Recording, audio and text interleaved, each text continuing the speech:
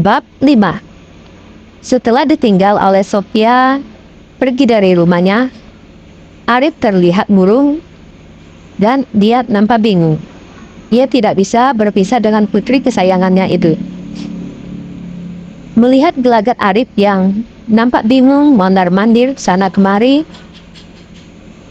Runi pun berkata, "Kamu ini kayak kehilangan apa saja sih, Mas? Tidak harus begitu juga." Arif sontak melototkan matanya ke arah Runi. Lalu Arif berkata, "Mungkin kamu tidak kehilangan Sophia karena dia bukan anakmu. Tapi aku ini sebagai ayahnya. Aku merawatnya dari kecil dan aku merasakan kehilangan di saat dia sudah pergi dari rumah ini." Arif pun kembali termenung. Dia memikirkan bagaimana nasib sang putri berada di luar sana. Putrinya yang selama ini biasa dimanjakannya, diberi fasilitas yang tidak pernah kekurangan, tetapi sekarang putrinya harus berada di luar rumahnya dengan seorang suami yang mempunyai gaji pas-pasan. Tentu ini semua membuat Arif menjadi risau. Mendengar itu, Tante Runi mencibirkan bibirnya. "Dia itu bukan lagi anak kecil, Mas. Dia itu sudah dewasa, bahkan sudah punya suami. Biar suaminya yang bertanggung jawab." Runi geram mendengar ocehan suaminya, lalu dia berusaha mempengaruhi suaminya dengan kata-kata. Kemudian Arif menjawab perkataan Runi, "Tetapi kamu tahu sendiri, kan? Kalau suaminya itu cuma satpam, gajinya itu pas-pasan bahkan kurang dari kata cukup." Arif terdengar sangat khawatir. Terlihat sekali dari kata-kata dan tingkah lakunya. "Mas, kalau anak sudah dewasa, bahkan sudah menikah, itu sudah jadi tanggung jawab suaminya. Dan harus belajar menerima apa adanya. Dia harus menerima apapun kondisi dari suaminya. Karena dia sekarang sudah menikah. Kalau misalnya gaji si Aryan itu nggak cukup, Sophia kan bisa ikut bekerja juga untuk menambah penghasilan mereka. Sudah, kamu diam saja. Aku lagi malas berdebat denganmu." Arif pun berkata dengan ketus marah kepada Runi. Arif mulai kesal dengan sang istri yang menurutnya tidak mengerti dengan perasaan yang ada pada dirinya saat ini. Lelaki itu memilih diam, kemudian dia pergi dari rumah dan menuju ruang game dengan maksud untuk berolahraga. Dia melakukan olahraga untuk menenangkan pikirannya. Runi mendengus, mukanya memberungut marah. Dia kesal sekali karena Arif masih saja memikirkan Sophia, walaupun anak itu sudah tidak ada lagi di rumah ini. "Dasar anak sialan, kamu selalu aja menjadi beban pikiran Mas Arif. Ini tidak bisa dibiarkan." Runi mendesis, lalu dia segera pergi ke arah dapur. "Untung saja aku sudah mempersiapkan ini. Awas ya, Mas. Ini akan menjadi penentu nasibmu. Kamu akan menjadi orang yang selalu menuruti kemauanku." Runi bergegas ke dapur. Kemudian dia mengeluarkan suatu buntalan yang berada di dalam saku kantongnya. Dia mengambil gelas dan mengisinya dengan air. Kemudian dia membuat satu cangkir teh, lalu memasukkan sesuatu yang ada di dalam bungkusan. Ada buntalan yang diambilnya dari kantongnya. Kemudian Tante Runi keluar dari dapur, mengendap-endap melihat ke sekeliling yang sepi. Mbok Iem belum kembali kerja karena masih sakit, sedangkan Erna kemungkinan besar masih tidur bersama suaminya Sejaka. Runi pun mengambil tatakan untuk meletakkan cangkir tersebut. Kemudian dia bergegas melangkah ke arah ruangan game. Awas mas, dengan satu cangkir teh ini akan membuatmu bertekuk lutut kepadaku selamanya. Tidak akan ada lagi anak sialan itu di otakmu. Dengan begitu, aku akan dengan mudah memindahkan semua aset atas namaku juga atas nama Erna. Rooney tersenyum menyeringai sambil membatin di dalam hatinya. Kemudian, dia memasuki ruangan game. Dengan senyum yang dibuat semanis mungkin, dengan penuh keyakinan, Rooney kemudian mendekat ke arah Arif yang sedang melakukan olahraga di ruangan game tersebut. Dia akan sedikit merayu agar sang suami mau menemaninya minum teh yang sudah dia persiapkan, satu untuk dirinya dan satu untuk suaminya tersebut. Wah, harum sekali. Tehnya mah, aku mau dong, ujar Erna yang baru keluar dari kamar dengan rambut yang masih acak-acakan. Rooney tersenyum senang melihat sang putri yang bisa memiliki suami seperti Jaka. Lelaki mapan, tampan, dan mempunyai kekayaan yang tidak sedikit. Jangan. Ini minuman spesial buat papamu. Kalau kamu mau, kamu bikin sendiri lagi sana. Sekalian bikinin juga buat suamimu itu. Rooney tersenyum sembali mengedipkan mata kepada anaknya, Erna. Dia memberi kode kepada Erna. Dengan kedipan mata tersebut, Erna pun mengerti apa yang dimaksud oleh ibunya. Kopi spesial? Spesial bagaimana, Ma? Apa itu? Sudah Mama kasih pelet? Rooney pun mendekat pada sang putri lalu berbisik. Ya, benar. Ini teh dicampur pelet. Biar ayammu akan selalu nurut kepada kita. Erna pun terbelalak mendengar perkataan dari Rooney.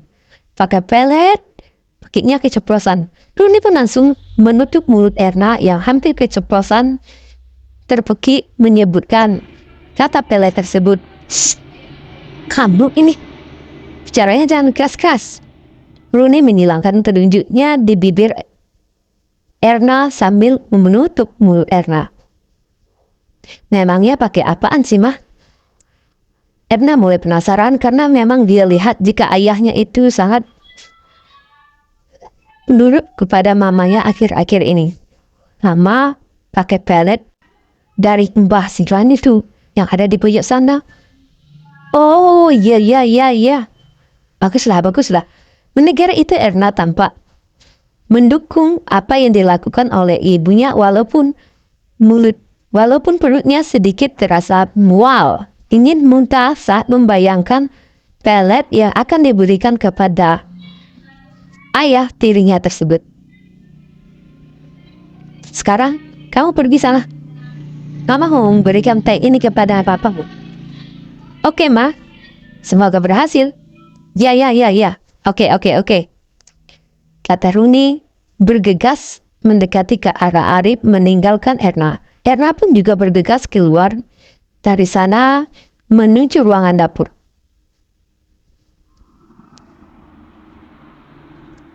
Halo Mas, sudah capek belum?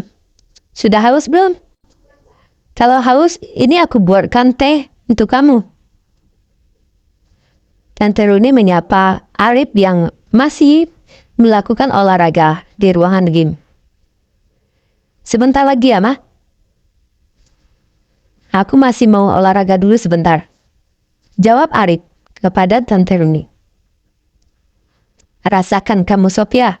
Kamu sebentar lagi akan menjadi gembel. Papamu akan menuruti apa yang akan dilakukan oleh mamaku. Dia pasti tidak akan membiarkan papa memberimu uang lagi. Erna pun tertawa puas. Dia membatin di dalam hatinya. Ya, walaupun aku akui kalau si Aryan itu ganteng. Tetapi dia kere, mending Cloud aja deh. Mending si Jaka. Selain tampan, dia juga banyak duitnya. gumam Erna di dalam hatinya. Di dalam ruangan game, Runi duduk memandang suaminya yang sedang berolahraga. Mas, ayo kita minum dulu. Ini aku bawakan teh. Teh ini teh yang paling nikmat di Indonesia. Teh ini kiriman dari teman saya yang berada di Provinsi Bengkulu. Namanya teh butiran. Ini katanya sih diambil dari daun teh yang masih muda, yang berusia di bawah 1 minggu. Ayo kita coba dulu. Aromanya nikmat sekali.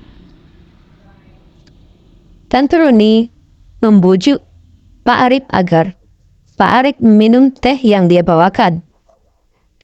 Sambil Tante Runi juga meminum teh yang dia buatkan khusus untuk dirinya. Oke lah. Ayo, mana tehnya? Saya coba. Pak Arif pun mendekat ke arah Tante Runi dan dia meminta teh yang dibuatkan untuk dia. Ini, minumlah Mas. Enak banget. Tante Runi pun berkata. Pak Arif mengambil teh yang diberikan oleh Runi, kemudian tanpa berpikir panjang dan tanpa merasa curiga sedikit pun, dia meminum teh itu mungkin karena dia memang merasa sudah haus sehabis berolahraga. Runi memandang suaminya yang meminum teh itu dengan sudut matanya. Dia menyunggingkan senyum di bibirnya.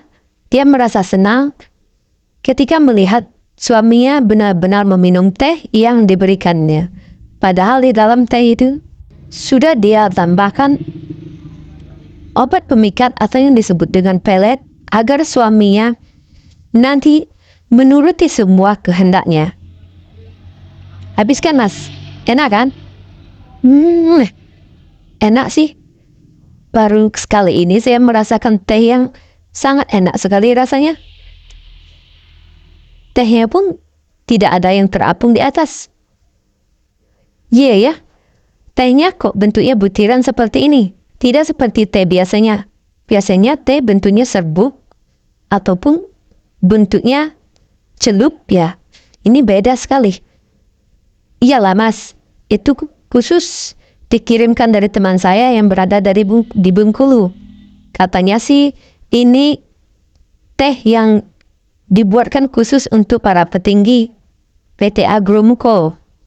Entah itu benar atau enggak, tapi emang enak sih. Habiskan tehnya Mas. Oke lah, baik. Tante Runi berkata dia membujuk agar suaminya menghabiskan teh yang diberikan darinya. Pak Arif menenggak teh hingga ludes. Lalu Tante Runi berkata, kapan-kapan kita bisa mengunjungi Sophia dan mengirimkan makanan ke sana. Bagaimana Mas? Rayu Runi sambil dia memegang tangan suaminya, Pak Arif. Dia sengaja melakukan ini agar dia tidak dicurigai ketika dia memberikan teh yang sudah diisi dengan pelet olehnya. Oke juga, jawab Pak Arif. Mungkin dia butuh uang, beras, dan rumah yang layak. Aku akan belikan dia sebuah rumah sebagai hadiah pernikahannya. Bagaimana? Tanya Arif kemudian. Hati Runi tersentak. Dia memanas ketika mendengar perkataan Pak Arif, tetapi dia menyembunyikannya dengan cepat. Oke lah, nanti kita pikirkan lagi Mas ya. Sekarang, kita hanya melihat-lihat dulu ke tempat mereka, bagaimana kondisinya. Kalau memang mereka membutuhkan pertolongan, kita bisa menolongnya. Tetapi, kalau seandainya mereka tidak membutuhkan pertolongan, akan lebih baik jika kita mencoba melatih mereka agar mandiri ya Mas ya. Pak Arif hanya menganggukkan kepalanya, dia tidak menjawab perkataan Runi.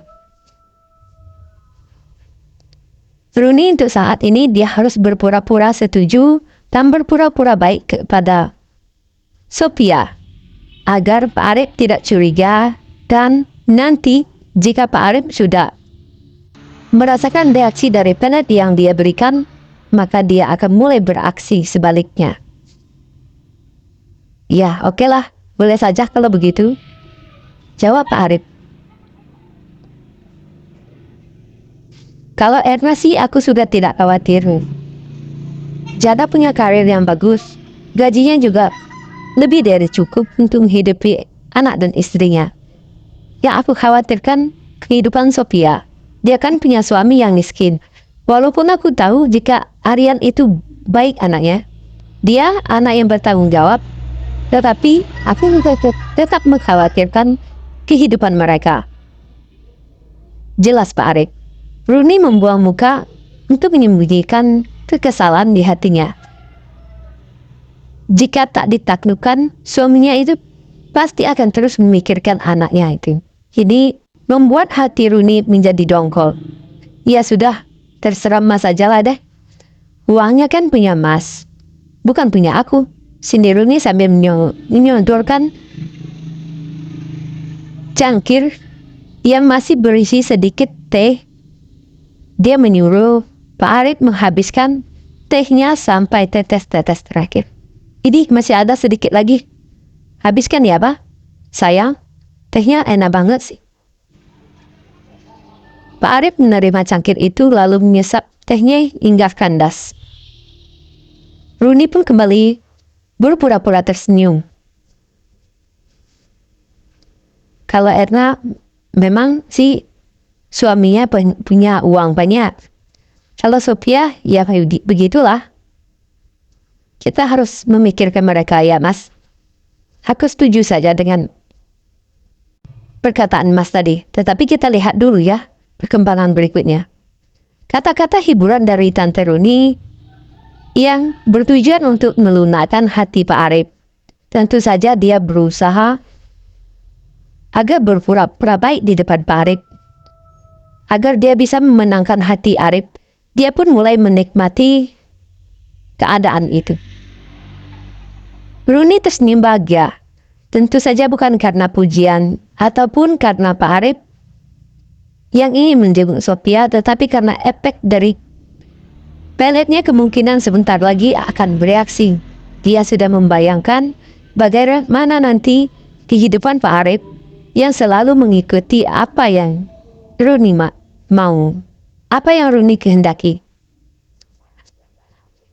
Ayolah Mas, ganti pakaian dulu, bau nih. Mas harus bekerja kan hari ini? Oh iya, oke, ayo. Aku hari ini mau ke salon ya Mas. Mau perawatan diri ke tempat salon langganan aku ya. Aku mau keren banget, juga mempercantik kuku-kuku ini. Tenang saja. Nanti aku akan langsung pulang kok kalau sudah selesai. Tambah Tante Rooney. Oke lah, terserah kamu lah. Hati-hati ya. Pak Arif pun menjawab. Beberapa saat kemudian, di sebuah salon langganan Tante Rooney, tampak Tante Rooney sedang dikrembat dengan mempercantik kuku-kukunya. Setelah hampir selesai, tiba-tiba sebuah mobil jazz merah berhenti di depan salon tersebut. Lalu seorang pemuda sekitar usia 20-an turun dari mobil tersebut. Rambutnya klimis dengan muka yang mulus. Dia memasuki salon tersebut. Halo Tante, sapanya pada Rooney yang tanya diwarnai kukunya. Kamu minta apa lagi? Tanya Rooney mendelik kepada pemuda tersebut. Biasalah, jawab pemuda tersebut. Aku lagi pengen sepatu baru nih, jawab sang pemuda sambil mengendikkan sebelah mata. Rooney mendengus pelan, tapi kamu bayar minggu depan, ya? Hari ini Tante lagi dapat, ujar Rooney dengan delikan. Ya, kirain enggak lagi dapat. Padahal aku lagi pingin enak-enak nih, kata pemuda itu sambil cengengesan. Para pekerja salon banyak yang perhatikan kedua orang itu. Mereka saling lempar pandang dan senyum. Lalu mereka berbisik antara satu dengan yang lain. Enak banget ya jadi berondong. Dapat jatah belanja, terus dapat jatah itu lagi. Bisik salah satu pekerja salon sambil cekikikan. Hus, kamu ada-ada saja. atau temannya kepada pegawai salon tersebut.